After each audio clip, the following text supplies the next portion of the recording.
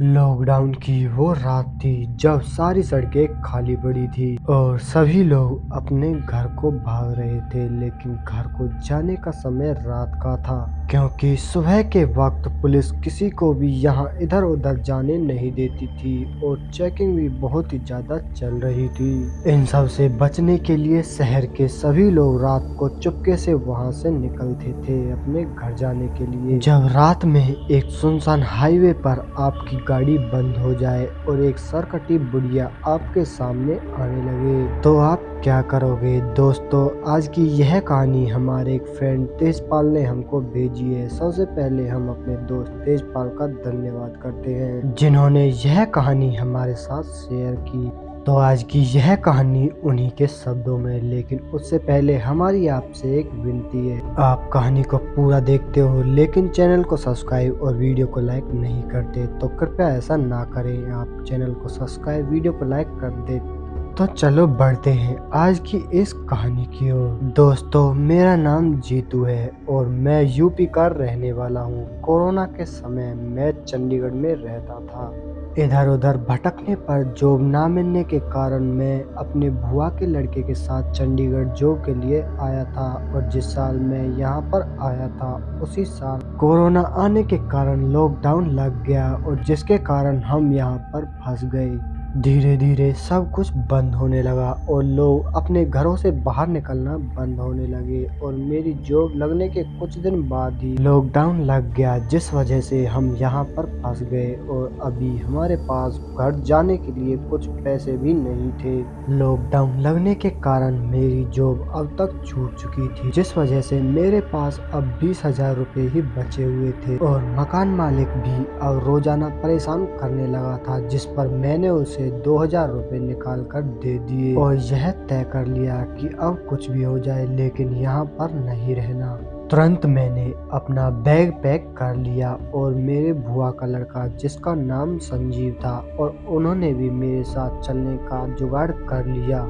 हम दोनों अब अपने अपने गांव जाने के लिए तैयार हो चुके थे। पुलिस चेकिंग चलने के कारण सड़कों पर इक्का दुक्का वाहन ही चलते थे, जिस पर वाहन चलाने वाले ड्राइवर सभी लोगों से लॉकडाउन होने का फायदा भी उठाते थे और सभी की मजबूरियों के साथ वो उन लोगों से पैसे भी बहुत ही ज्यादा हड़पते थे।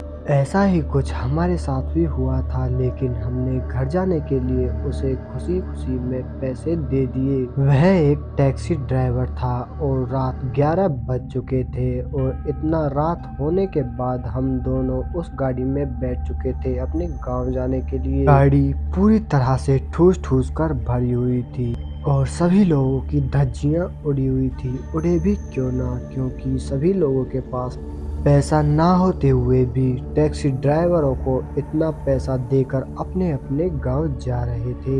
इसी बात का फायदा वह टैक्सी ड्राइवर भी उठा रहा था और मैं ड्राइवर के साइड वाली सीट पर आगे बैठा हुआ था और ड्राइवर गाड़ी को बहुत ही ज्यादा स्पीड से चला रहा था। जैसे ही मैंने उस ड्राइवर को गाड़ी तेज चलाने का कारण पूछा, तुरंत वह मेरी तरफ घुर्राते हुए देखने लगा और मुझको कुछ भी ना बताते हुए फिर से गाड़ी चलाने लगा। तभी मैंने सोचा कि यह पूरा दिन मेहनत करने के बाद अब बहुत ही ज्यादा थक चुका है, जिससे यह गाड़ी को जल्दी पहुंचाने के लिए इसे तेज चला रहा है। लेकिन कुछ देर बाद ड्राइवर ने गाड़ी की स्पीड कम की और मेरी तरफ देखते हुए कहने लगा कि जो हम पिछले हाईवे पर चल रहे थे वह एक भूतिया हाईवे था और ये तो अभी शुरुआत हुई है, आगे भी ऐसे बहुत ही सारे भूतिया रास्ते हैं जहां पर मैं गाड़ी की स्पीड बढ़ा दूं तो तुम समझ जाना कि यहाँ पर बहुत ही ज्यादा कुछ गलत है।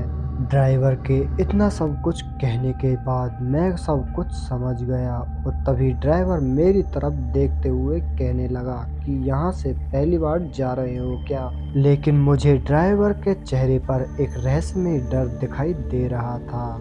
लेकिन तभी मैंने ड्राइवर को बोला कि हाँ, मैं पहली बार इस रास्ते से जा रहा हूँ। पहले तो मैं ट्रेन से जाता था, लॉकडाउन लगने के कारण ट्रेन अब बंद है, इसीलिए तो आपको इतना दोगुना भाड़ा दिया है। मेरे इतना कहते ही ड्राइवर ने मुझसे बात करना बंद कर दिया और सामने सड़क की तरफ देखते हुए वह अब चुपचाप गाड़ी चला रहा था। गाड़ी अपनी हाई स्पीड से आगे की तरफ बढ़ी जा रही थी और वह रास्ता एक जंगल का रास्ता था जो कि बिल्कुल ही सुनसान था। और कुछ दूरी पर जाने के बाद वह गाड़ी धक्के लेने लगी और वहां पर ही बंद हो गई। आखिर जिस बात का डर था वही हो गया और ड्राइवर उस जगह से गाड़ी बहुत ही ज्यादा स्पीड से भगा रहा था क्योंकि वह रास्ता भूतों से भरा हुआ था और वहां पर काली शक्तियों का साया था। जिस बीच हमारी गाड़ी उस सुनसान हाईवे के बीचों बीच खड़ी हुई थी। दोनों तरफ इतना घना जंगल था कि चारों तरफ अंधेरा छाया हुआ था। गाड़ी रुकते ही डरते हुए ड्राइवर गाड़ी से जल्दी से उतर गया। ड्राइवर ने अपनी गाड़ी का बोनट खोल लिया और जल्दी से उसे ठीक करते हुए वहां से ले जाने का सोच रहा था कि किसी न किसी तरह से बस यह हाईवे हम पार कर लें। मुझे बहुत देर से बहुत जोरों से टॉयलेट लग रहा था जिसके लिए मैं गाड़ी से उतरकर झाड़ियों के अंदर जाने लगा टॉयलेट करने के लिए और बाकी लोग गाड़ी के अंदर ही बैठे हुए थे और मैं वहां जाकर थोड़ा सा हल्का हुआ। लेकिन तभी मुझे महसूस हुआ कि मुझे पीछे से कोई घूर रहा है। जैसे ही मैंने पीछे देखने के लिए अपनी डरते हुए मुंडी घुमाई तो वहां झाड़ियों के बीच एक सूखा पेड़ था।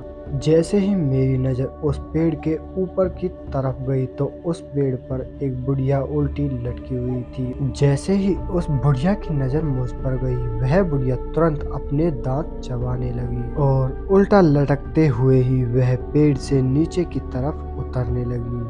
इतना सब देखते ही मैं वहीं पर अधमरा हो गया और तुरंत वहां से भागने लगा और भागकर गाड़ी के पास आ गया। मुझको भागता देख ड्राइवर तुरंत समझ गया और वह गाड़ी को छोड़कर तुरंत गाड़ी के अंदर आकर बैठ गया और तुरंत गाड़ी में सेल्फ मारने लगा।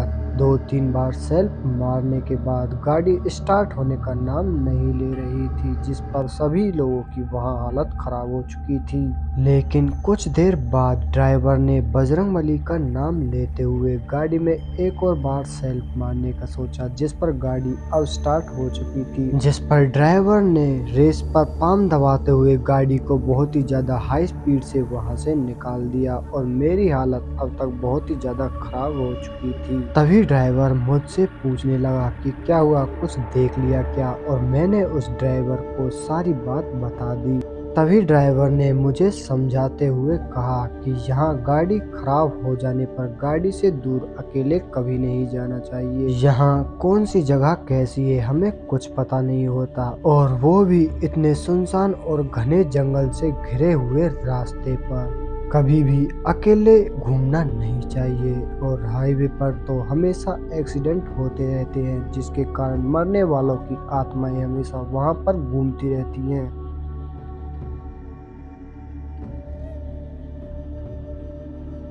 अगर आपको यह वीडियो अच्छी लगी तो वीडियो को लाइक शेयर जरूर करें और हमें कमेंट बॉक्स में कमेंट करके जरूर बताएं। मैं आपका दोस्त सुनील कुमार मिलता हूं आपसे बहुत जल्द एक और ऐसी ही सच्ची घटना के साथ। तब तक के लिए बाय एंड टेक केयर।